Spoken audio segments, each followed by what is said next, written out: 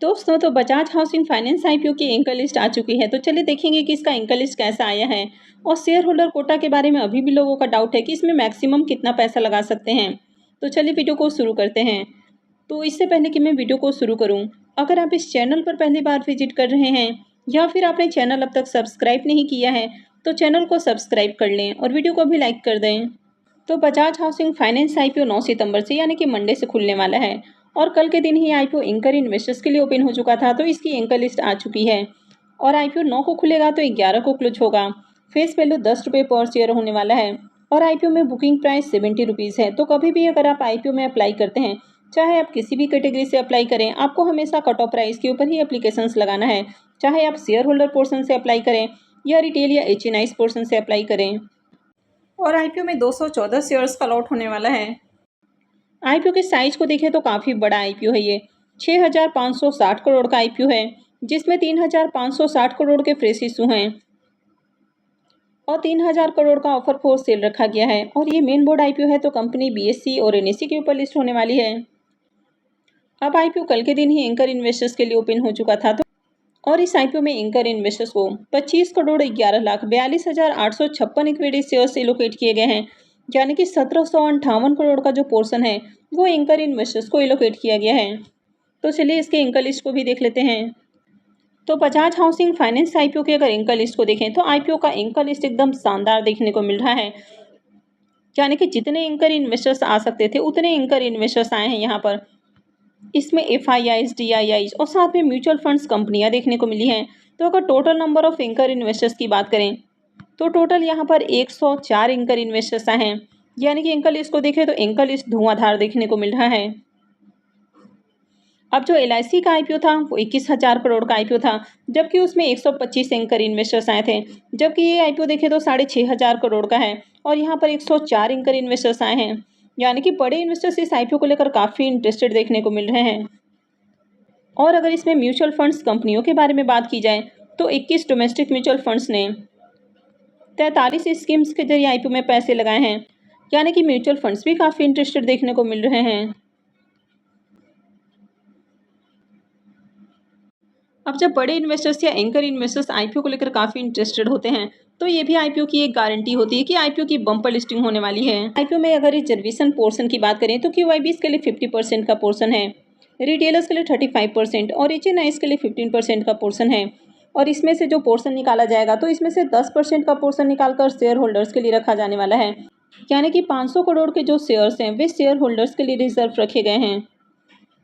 तो इस आईपीओ में जिनके भी डीमेट अकाउंट में 30 अगस्त को बजाज फाइनेंस या बजाज फिनसर्व के शेयर्स हैं वे इस आईपीओ में शेयर होल्डर कोटा में अप्लाई करने के लिए एलिजिबल हैं।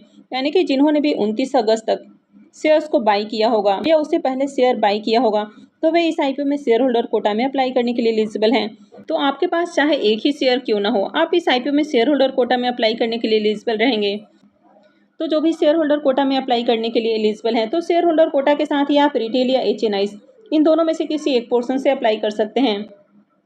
यानी कि एक तो आप रिटेल पोर्शन से अप्लाई कर पाएंगे और साथ में शेयर होल्डर पोर्शन से भी अप्लाई कर सकते हैं। उसी तरह एचएनआईज में आप बिग एचएनआईज या स्मॉल एचएनआईज और उसके साथ आप शेयर होल्डर पोर्शन से भी अप्लाई कर सकते हैं। यानी कि आप दो एप्लीकेशंस लगा सकते हैं। तो अगर आप दो एप्लीकेशंस लगाते हैं और आपका लक अच्छा है तो आपको दो अलॉटमेंट भी हो सकती है। शेयर होल्डर पोर्शन में जैसा कि इस आईपीओ में पहले बताया गया था कि शेयर होल्डर कोटा में आप जितना चाहे उतना अलॉट लगा सकते हैं। यानी कि मैक्सिमम आप जितने चाहे उतने पैसे लगा सकते हैं। लेकिन ऐसे में रिटेलर्स को इसका फ़ायदा नहीं मिलता। यानी कि जितने भी रिटेल शेयर होल्डर्स हैं तो उनको फिर इसका फ़ायदा नहीं मिलता। जो बड़े इन्वेस्टर्स हैं बहुत ज़्यादा पैसा लगाते हैं और उनको ही अलॉटमेंट मिलती है। तो शेयर होल्डर में मैक्सिमम 2 लाख तक का ही इन्वेस्टमेंट किया जा सकता है। आप यहाँ पर मैक्सिमम 2 लाख यानी कि 13 लॉटरी लगा सकते हैं। तो जैसे आप बाकी के आईपीओ के अंदर रिटेल या फिर एचएनआईज को चूज करते हैं तो उसी तरह यहाँ पर भी आपको रिटेल या एचएनआईज को ही चूज करना है और उसके साथ आप शेयर होल्डर पोर्शन से अप्लाई कर सकते हैं। और जो शेयर होल्डर पोर्शन के लिए एलिजिबल नहीं है वे जिस तरह नॉर्मल आईपीओ में अप्लाई करते हैं यानी कि रिटेल या एचएनआईज से अप्लाई कर सकते हैं।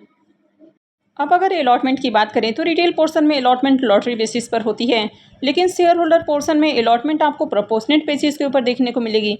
लेकिन शेयर होल्डर पोर्शन भी अगर 13 गुना से ज़्यादा सब्सक्राइब होता है तो प्रोपोर्शनेट के साथ ही यहाँ पर लॉटरी भी देखने को मिलेगी। यानी कि यहाँ पर उनको ही कंसीडर किया जाएगा जिन्होंने ज़्यादा एप्लीकेशंस लगाए हैं, लेकिन उसमें भी आपको लॉटरी देखने को मिलेगी। अगर 16-17 गुना IPO सब्सक्राइब हो जाता है या 20 गुना सब्सक्राइब हो जाता है, तो ऐसे में लॉटरी यहाँ पर देखने को मिलेगी। तो अगर आपके पास इनफ फंड है तो आपको शेयर होल्डर में 13 लॉट लगाना है, और अगर लिमिटेड फंड है तो आप जितना चाहे उतना लगा सकते हैं। अब इस IPO में लॉट साइज को देखें तो एक लॉट के ऊपर आपका जो इन्वेस्टमेंट अमाउंट है वो 14,980 रुपये रहने वाला है। तो अगर आपके पास लिमिटेड फंड है यानी कि आपके पास ज़्यादा पैसा नहीं है तो आपको रिटेल पोर्शन को ही टारगेट करना है। तो अगर आप शेयर होल्डर पोर्शन के लिए भी एलिजिबल हैं और आप 2 लॉट लगा सकते हैं, तो एक लॉट आप रिटेल के अंदर लगा दें और एक आप शेयर होल्डर के अंदर लगा दें। वहीं अगर आपके पास थोड़ा सा और ज़्यादा पैसा है यानी कि आप 4 या 5 लॉट लगाने वाले हैं और आप अलग अलग डीमेट अकाउंट से भी ट्राई करने वाले हैं, तो इसमें भी आप मैक्सिमम कोशिश करें कि रिटेल पोर्शन को ज़्यादा टारगेट करें, क्योंकि IPO में 35% का पोर्शन रिटेलर्स के लिए है। तो रिटेल पोर्शन के अंदर अलॉटमेंट चांसेस बढ़िया रहने वाले हैं। और साथ में आप चाहें तो शेयर होल्डर पोर्शन में भी अप्लाई कर सकते हैं, लेकिन अगर आपके पास इनफ फंड है तो आपको शेयर होल्डर पोर्शन में ज़्यादा से ज़्यादा लॉट लगाने की कोशिश करनी है। यानी कि शेयर होल्डर पोर्शन में आपको मैक्सिमम 13 लॉट लगाने की कोशिश करनी है। तो रिटेल पोर्शन में भी मैक्सिमम आप 13 लॉट लगा सकते हैं और साथ में शेयर होल्डर पोर्शन में भी आप 13 लॉट लगा सकते हैं। यानी कि अगर आपके पास अच्छा पैसा है तो आप दोनों ही पोर्शन को टारगेट कर सकते हैं। वहीं पर अगर आपको स्मॉल HNIs और साथ में शेयर होल्डर को टारगेट करना है तो स्मॉल HNIs में आप 10 लाख तक का इन्वेस्टमेंट कर सकते हैं, और जो शेयर होल्डर पोर्शन है वहाँ पर आपको 2 लाख तक का ही इन्वेस्टमेंट करना है।